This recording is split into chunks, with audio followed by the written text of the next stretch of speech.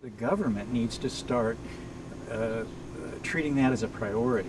I mean, they have to start putting that stuff, they have to forget about this push to milk the last drop of oil and natural gas out of the system. We have to get rid of those technologies, nuclear and gas and oil, as soon as humanly possible. I mean, it's an urgent matter in terms of the survival of the planet. And it's a reflection of the fact that we aren't taking it seriously. You were talking about you know, not pillaging the resources and stuff. How do you feel about fracking? Because there's a lot of yeah, I don't like fracking at all, and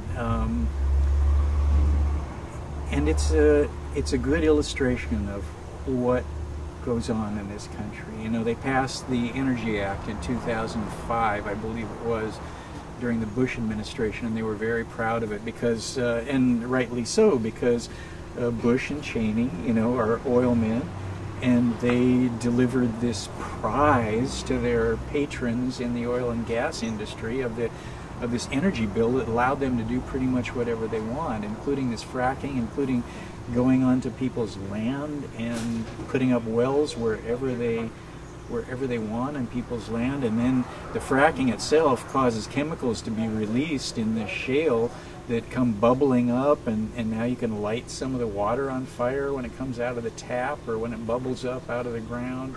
You can light it on fire because there's so much gas in there. And the other thing is earthquakes. They're setting off earthquakes, and they've taken over a huge swath of land that includes the entire Rocky Mountains, from Canada, from the Canadian border to the Mexican border. They're just moving in, and also in the Ohio and Pennsylvania area, they're moving in and setting up wells wherever they want. And these plans were long-term plans. They were long-term plans that the people in the area really didn't know. I mean, the public generally didn't know about that. People in Congress knew about it, you know, and people in the business world knew about it, and certainly the investors in the gas and oil industry knew about it. As long as it's not in their backyard. But the landowners in those areas didn't know that this was going to take away their rights and endanger their families and whatnot. And yet it's happening, and it's a fait accompli. It's like the Keystone Pipeline. Obama's not saving us from the Keystone Pipeline. He's making it happen. He's helping to make it happen.